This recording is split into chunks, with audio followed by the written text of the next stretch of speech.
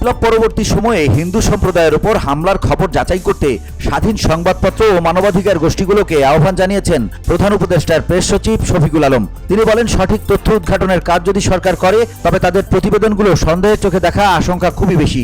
এটিকে গুরুতর ইস্যু উল্লেখ করে শফিকুল আলম বলেন, আন্তর্জাতিক গণমাধ্যমে এবং প্রভাবশালী দেশগুলোর সংসদে বাংলাদেশকে ভুলভালভাবে তুলে ধরা হয়েছে। কেউ কেউ এসব প্রতিবেদনের ভিত্তিতে বাংলাদেশের জাতিসংঘ শান্তিরক্ষী পাঠানো বা দেশটিতে হস্তক্ষেপের আহ্বান জানিয়েছেন উল্লেখ করে তিনি বলেন, আমরা এর সুষ্ঠু তদন্ত চাই। আলম বলেন, সাম্প্রতিক সপ্তাহগুলোতে অন্তর্বর্তীকালীন সরকার, রাজনৈতিক, ধর্মীয় ও সুশীল সমাজের নেতারা ধর্মীয় ঘটনাবলীর সময় জনগণকে শান্ত থাকার আহ্বান জানিয়েছেন।